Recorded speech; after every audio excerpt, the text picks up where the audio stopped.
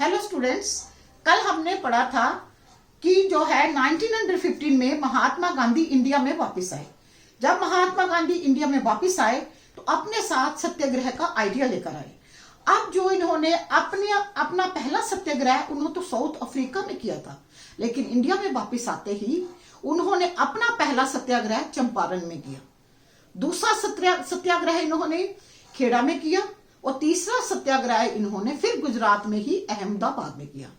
अब जब महात्मा गांधी सत्याग्रह के रास्ते पे निकल पड़े और इनके सत्याग्रह के ऊपर चलकर इनको जब लोगों ने देखा कि इन्होंने चंपारण में भी, खेड़ा में भी और अहमदाबाद में भी जो है ये पीजेंट्स और जो है वर्कर्स की डिमांड्स को इन्होंने मनवाया है, तो लोगों को लगा कि उनको एक बहुत ग्रेट लीडर मिल गया है। कैसा लीडर मिल गया है कि जिसके साथ चल के अब वो देश की आजादी को प्राप्त कर सकेंगे।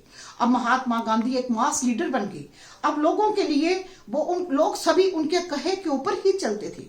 अब बच्चों, जो सत्याग्रह का आइडिया था, महात्मा गांधी को कहीं ऐसा फील हुआ कि कहीं इसको जो है वेपन ऑफ द वीक समझते हैं, कहीं समझते हैं ये एक पैसिव रेजिस्टेंस है, it is not a active resistance. लेकिन बच्चों, महात्मा गांधी ने इस चीज को क्लियर किया कि जो सत्याग्रह है it is a active resistance, it is not a passive resistance. उन्होंने इस चीज को क्लियर करने के लिए उन्होंने आपकी बुक में जो है ये सोर्स ए में जो वहां पर उन्होंने इस साइड पर जो है महात्मा गांधी जी के वर्ड्स में एक पैराग्राफ दिया हुआ है। आपने उस पैराग्राफ को पढ़ना है। उस पैराग्राफ के नीचे फिर एक क्वेश्चन दिया हुआ है। वो क्वेश्चन है, the question is this, according to Mahatma Gandhi satyagraha is a active resistance, how? The question arises, how, कैसे है? अब जो है जो सत्याग्रह था, जो महात्मा गांधी ने जो रास्ता सबको बताया और उसके ऊपर सफलता प्राप्त करते गए, जीतते गए, लोगों को मनवाते गए, हायर अथॉरिटीज को मनवाकर और पीजेंट्स और उनको जो है वर्कर्स को उनको थोड़ी सी जो है उनको रिलैक्स करते गए, उनको उनकी डिमांड्स मनवाते गए। ये रास्ता कब जो है वो पैसिव हो सकता था, जो कभी पैसिव नहीं हो सकता था। इस चीज को क्लियर किया है। महात्मा गांधी ने कहा कि जो है passive resistance is a weapon of the weak. Really it is a weapon of the weak. जो पैसिव लोग होते हैं दे आर नेवर एक्टिव। वो कोई इंटरेस्ट नहीं शो करते हैं, वो कोई अपनी फीलिंग नहीं शो करते हैं। वो अपने जो है मन की बात को मनवाने के लिए यू विल सी वो कभी एक्टिव नहीं होते हैं। हाँ, उनको गुस्सा आएगा, वो वायलेंस को लेके चलेंगे, लेकिन नॉन वायलेंस के साथ चल के और फिर अपनी बात को मनवाना ये सिर्फ एक एक्टिव रेजिस्टेंस वाले ही कर सकते हैं, ये पैसिव रेजिस्टेंस वाले नहीं कर सकते हैं। बच्चों, महात्मा गांधी ने जो हमें जो सत्याग्रह का रास्ता अब बताया, उस सत्याग्रह के रास्ते में हम जो है वो लोग ट्रुथ पे अड़े रहते थे।